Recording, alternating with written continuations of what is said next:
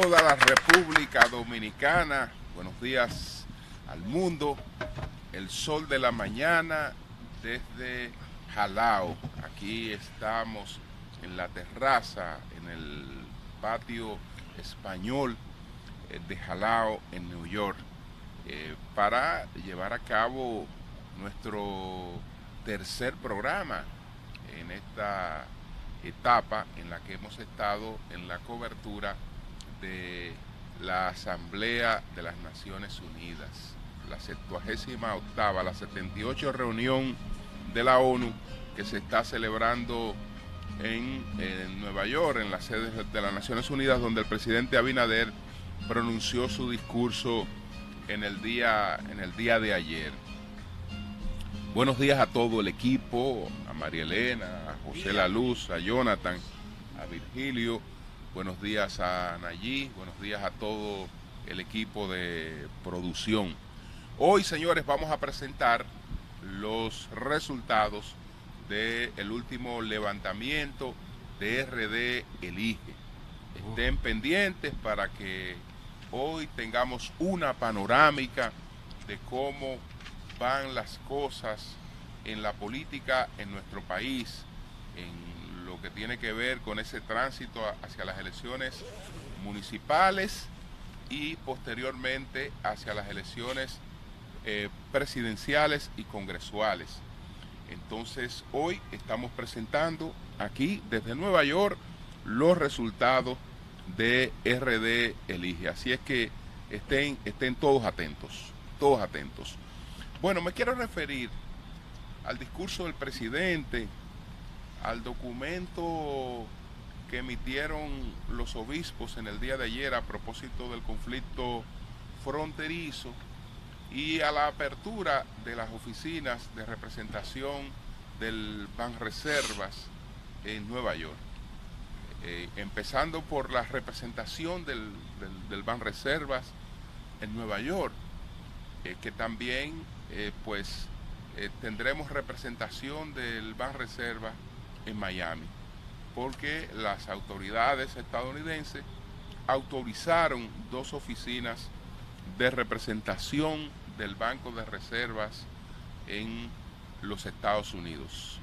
Esto es un gran paso con significación económica, con significación histórica, cultural, porque el Banreservas está pues en el ADN, está en el ADN de la dominicanidad, porque es una expresión de esa definición de la dominicanidad.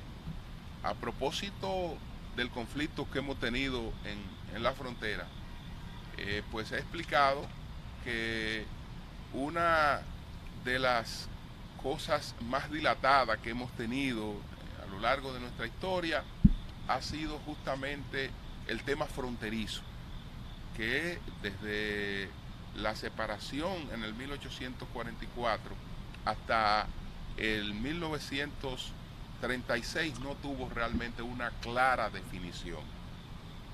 Y ni siquiera en el 36 tuvo una clara definición, sino que la adquirió después de un conflicto sangriento en el 37. Así como no tuvimos una definición fronteriza, aunque la proclamamos, tampoco pues pudimos tener una independencia económica. Es decir, nosotros proclamamos un país que en teoría tenía una frontera y proclamamos un país que en teoría pues iba a ser un país independiente de cualquier potencia extranjera, pero en la práctica no tuvimos esa independencia porque nacimos con ataduras económicas que nos acompañaron hasta el año de 1947. Tuvimos en la historia de un empréstito que se contrajo en el 1868 y ese empréstito nos acompañó hasta el 19 de julio del año de 1947. Ese día se emitió un cheque por valor de $2.027.855.55. Cuando hicimos eso el 27 de julio de 1847, quedaba saldada la deuda externa dominicana. Con ese saldo de la deuda externa dominicana también nacía el primer banco dominicano, que era el Banco de Reservas, que fue una de las condiciones, uno de los acuerdos a lo que arribó el país con Estados Unidos para alcanzar su independencia económica. Porque fruto de las consecuencias de esos empréstitos, que primero fue el llamado préstamo Harmon, después ese préstamo pues fue que era inglés, se pasó a una compañía holandesa que fue el préstamo Westendorf, y finalmente se pasó a una compañía estadounidense que era la Santo Domingo Improvements. Entonces estamos hablando de un préstamo de 470.000 libras esterlinas, aproximadamente $2 millones, de los cuales el país recibió apenas 58.000 libras esterlinas. Pero el emisor del préstamo emitió bonos por la totalidad del préstamo y sus intereses. Es decir, República Dominicana recibió 58.000 libras esterlinas de un préstamo que debió ser de 470.000 libras esterlinas. República Dominicana recibió apenas 58.000 libras esterlinas, pero el compromiso económico que eso arrastraba de entrada era de 1.472.500 libras esterlinas, y el emisor, que fue la casa Harmon, emitió bonos por la totalidad del préstamo a 25 años. La República Dominicana denunció eso, el Congreso Dominicano, después de haber aprobado el empréstito, lo desconoció, pero nada de eso valió. Como quiera, se cargó con las consecuencias de esa atadura económica, y eso fue lo que terminó resolviéndose en el año de 1947, y entonces ahí nace el Banco de Reservas. Además de que nace el Banco de Reservas, las aduanas dominicanas, que en el 1905 habían sido pues cedidas como garantía de ese préstamo, pues pasan a manos dominicanas, se crea la dirección de aduana, se crea el Banco Central posteriormente en la República Dominicana para que podamos hacer nuestras propias emisiones monetarias, etcétera.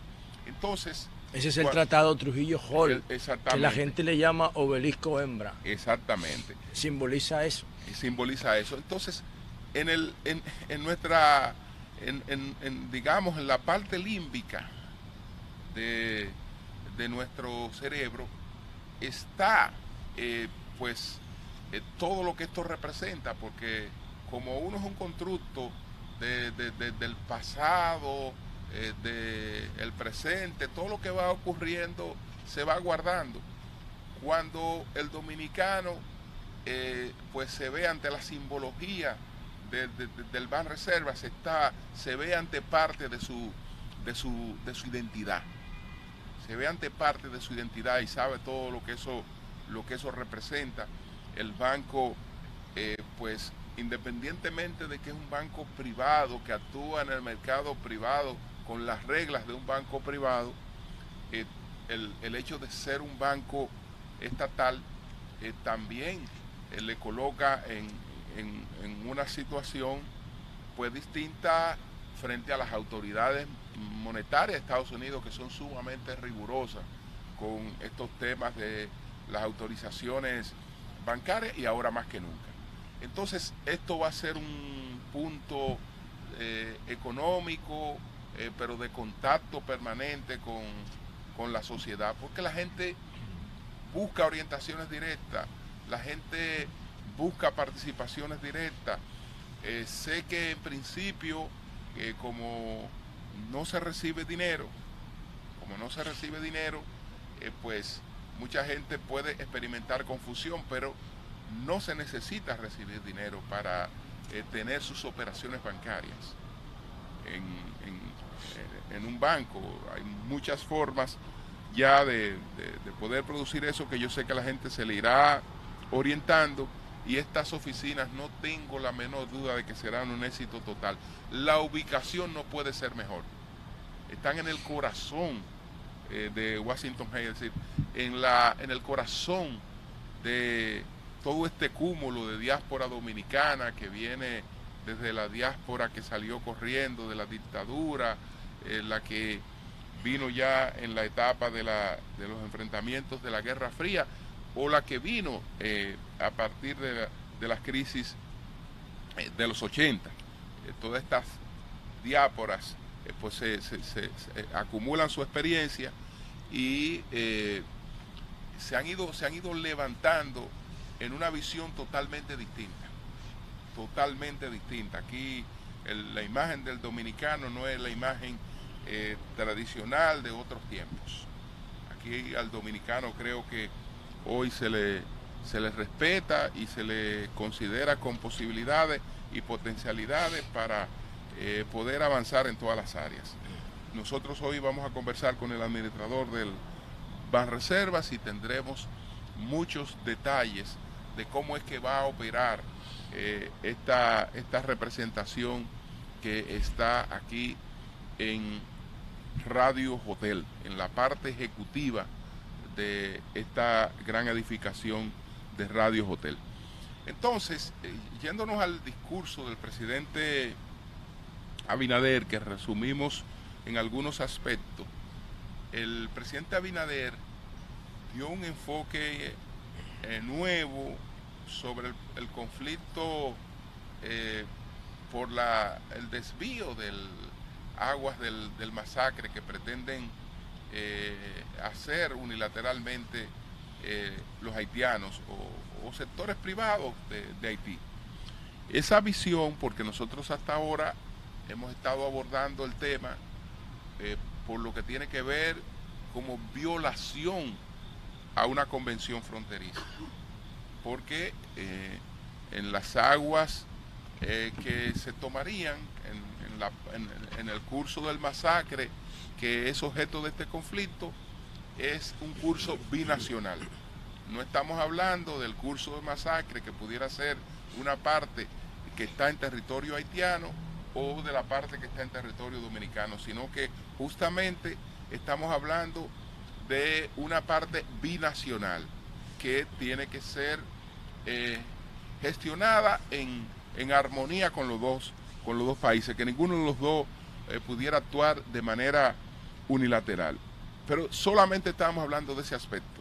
El presidente agregó otros aspectos que son también importantes, porque él habló de lo que esto representa en términos medioambientales y en términos económicos.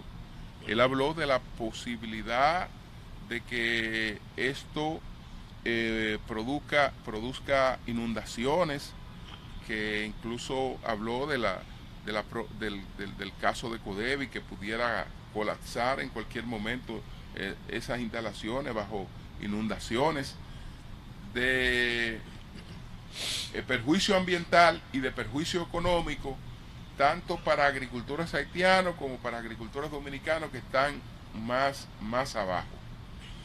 En su discurso sobre la panorámica de Haití, por igual, una tragedia medioambiental combinada con el tema de la inestabilidad política y social, y siendo una tragedia medioambiental y siendo una situación política, pues esa situación si se deja tal y como está, puede terminar afectando a toda la región.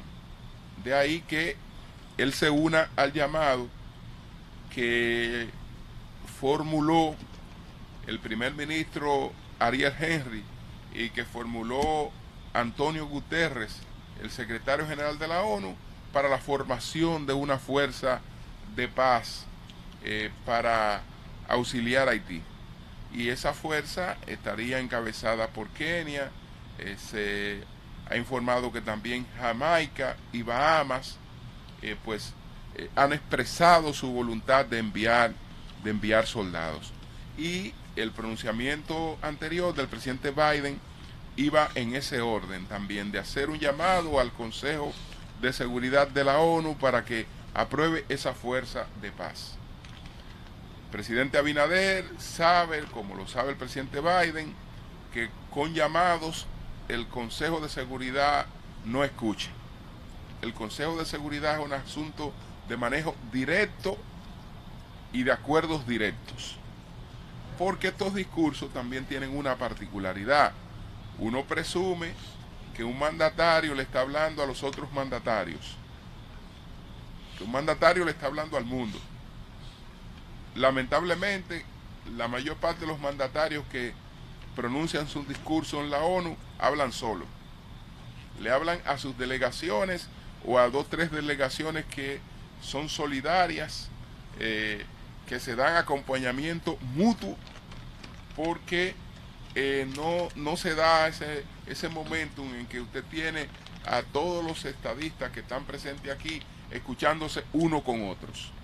Eso se da tal vez en la reunión inaugural, en los discursos inaugurales, pero posteriormente se trata de hablarle al mundo y a su propio país desde la ONU, pero eso no tiene la connotación que uno imagina, con unas delegaciones en los distintos países escuchando a los presidentes que están hablando. Lamentablemente eso no ocurre así. Eso no ocurre así, por lo tanto, una cosa son los discursos y otra es la validación de esos discursos, que tiene que ser en el terreno de los tratamientos y la diplomacia directa. Pero igual de importante. Entonces, en ese sentido, creo que el discurso del presidente ha sido un discurso preciso. Habló sobre una caracterización de estas bandas que tienen el control de Haití, que no tienen ninguna orientación política ni ideológica. Es decir, que no son grupos que se les pueda igualar o comparar con ningún otro, porque no parten de ningún tipo de razón ideológica ni de razón política. Entonces, ya ahí lo que hay es que esperar qué va a pasar en los próximos días, porque es un tema que se supone que tiene que ser de actuación rápida, y como decía ayer, dudo mucho que China lo apoye.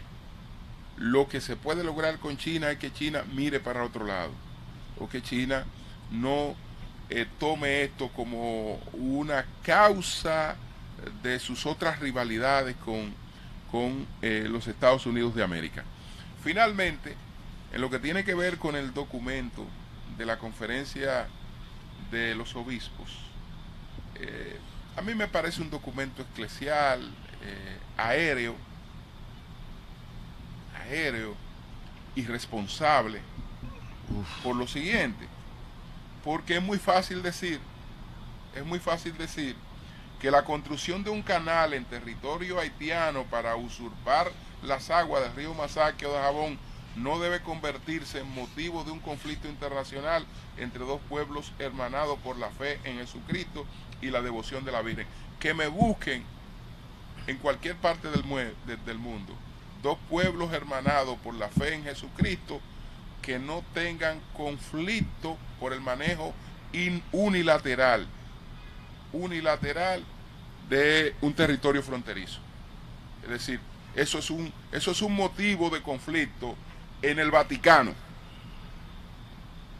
Si el Vaticano incurriera en violaciones que fueran extraterrenas a sus dominios en términos territoriales, eso sería un motivo de conflicto, aunque los dos pueblos estén hermanados por la misma historia y por la misma creencia. En Roma, si hace algo que afecte a Roma, la ciudad. Claro, es decir, eso es un motivo de conflicto. Usted no puede decir que el manejo unilateral de un ámbito binacional no es motivo de conflicto porque usted desea que no sea motivo de conflicto. No, eso es un motivo de conflicto. Es un motivo de conflicto. Entonces, la realidad, si usted quiere abordarla, lo primero que tiene que reconocerla.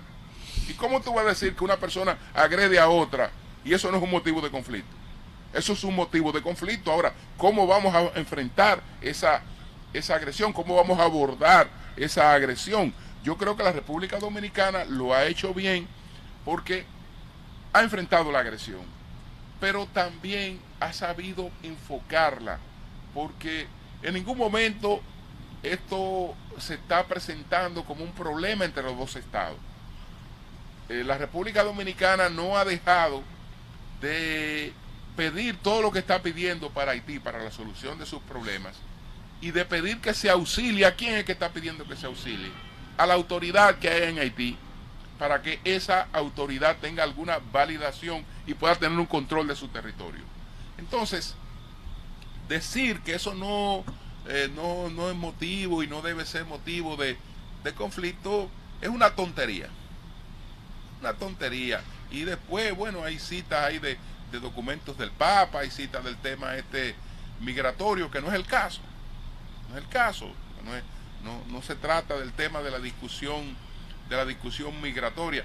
Es entendible porque ellos tienen una gran influencia en el catolicismo haitiano. El catolicismo haitiano y el dominicano están muy vinculados, incluso cuando la República Dominicana se propuso la construcción de la Basílica de Higüey, pues Haití pues ofreció ayuda para construirla, para que fuera un monumento compartido de ambos catolicismos. Eso se rechazó porque ellos querían colocar también su propia Virgen, que es una devoción muy parecida a la de la Virgen de la Altagracia, y eso se rechazó. Pero hay vínculos, y eso se entiende que en función de esos vínculos, los obispos no pueden ser atizadores de conflicto. Pero de ahí a pretender ver esto con este manto de irresponsabilidad, o a pretender, porque en el fondo, cuando usted ve el documento, entonces los que están generando el problema son los que han reaccionado frente al problema. Es decir, la reacción dominicana es la que está generando el problema, no quienes están incurriendo en la violación, porque a eso no les dice absolutamente nada. Pero no les dice nada, sino que la República Dominicana tiene que apelar al diálogo. Pero ¿quién ha dicho que no se ha apelado al diálogo? Hasta incluso en esta oportunidad, hasta antes de llegar a la medida de cierre de frontera, la República Dominicana no estuvo haciendo otra cosa que dialogando, pero dialogando hasta el final y proponiendo salida para esta situación y no llegar a una situación extrema. Pero si el diálogo no funciona, hay que ir por otras medidas, porque el diálogo no funciona y no ha funcionado históricamente nunca con Haití, lamentablemente. Bueno, pues, buenos días, Marilena. Muy buenos días, Julio. Muy buenos días a todos.